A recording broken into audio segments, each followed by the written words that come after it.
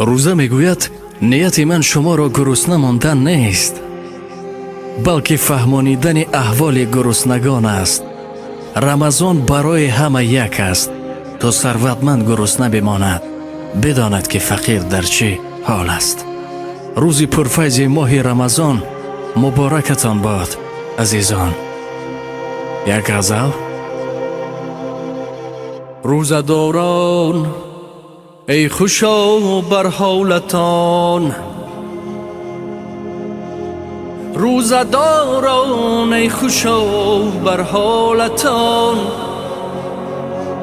عرشیان در حسرت اقبالتان. روز تکلیف برای انبیاست، روز تکلیف برای انبیاست، در قیاس بندگی فخر ماست. شأن هر مومن نباشد این مقام،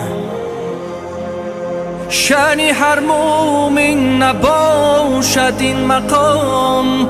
مسلمین پس بر شما باشد سلام، صف به صف آیند ملائک سویتان، صف به صف آیند ملائک سویتان، تا که لذت ها برند از بویتان. روزداران ای خوشا بر حالتان، عرشیان در حسرت اقبالتان. رمضان مبارک.